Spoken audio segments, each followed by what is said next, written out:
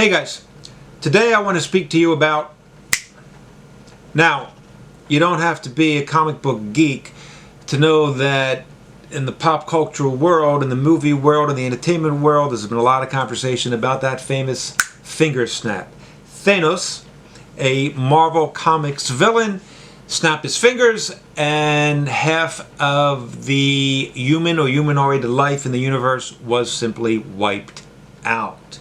And I am doing this video to tell you that you have that same kind of power.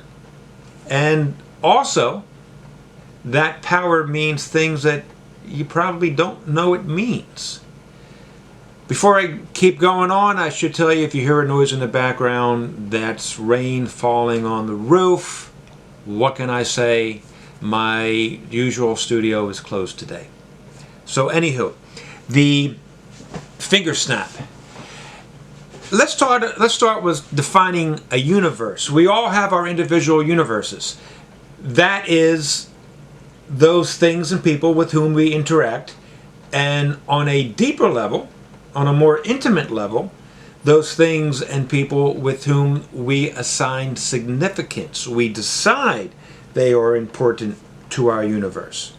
So we often decide to allow people into the universe and events to impact our universe, and that decision itself could be because a reaction of people and events that we used to let into our universe that we no longer do because we have decided it is harmful for us.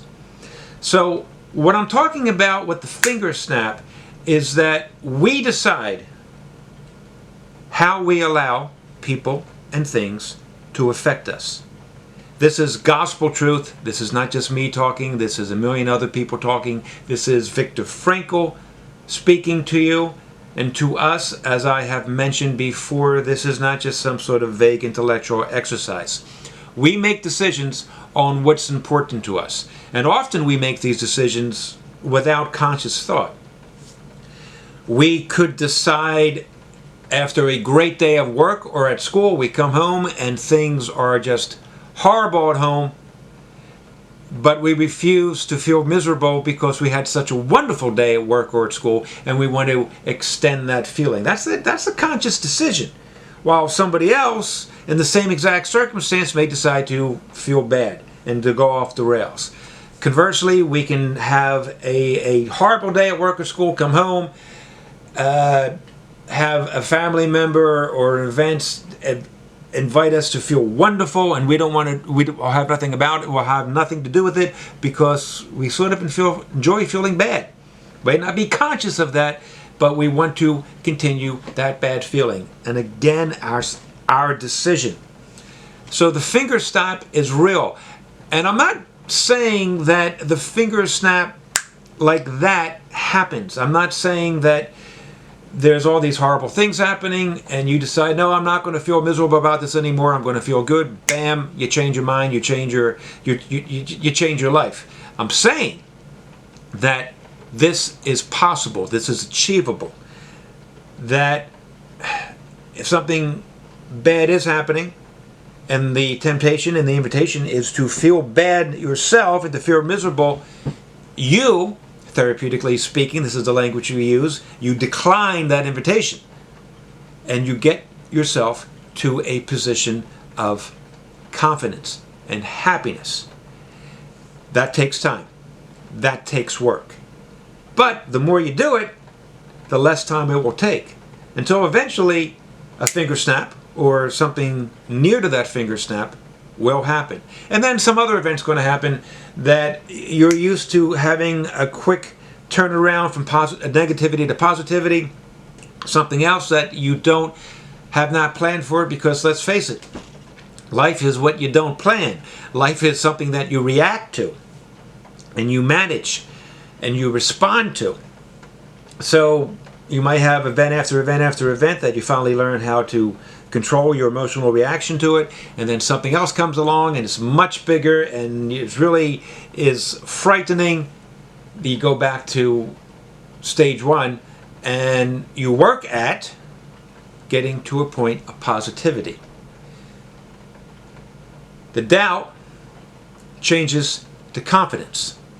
The despair changes to hope. And the fear changes to happiness. The happiness, the opposite of happiness is fear. The opposite of fear is happiness. That's the only two broad emotional categories you have to worry about.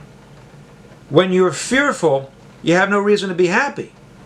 And when you're happy, you have no reason to be afraid. So manage this one thing, manage the fear, and I tell you, you can do it because you have this awesome power. But along with the awesome power, now that I think about it, I'm still going with the comic book trope, aren't I? With the awesome power comes the awesome responsibility. So if you decide to let yourself spiral down into this negativity, this fear, if you decide to use a finger snap to condemn people and to push them out of your life and say that they are horrible, and let that horribleness, that perceived horribleness, somehow affect you so that you're miserable, man, you're not being good to yourself. And if you're miserable, I guarantee you, you're not being good to the world around you, that universe. When you take care of yourself, not only is it easier to take care of those around you, you're motivated to take care of those around you. The way to save the world, the way to save our universe, whether it be a dyad, a partnership, a family, a neighborhood, a city, a town, a state, a nation, a world, the way to take care of it, the way to manage it, the way to save the world is to take care of yourself first. Put yourself into a place of confidence, of happiness, of hope. This is absolutely doable, and I leave that challenge with you. For now, I am finished, and peace out.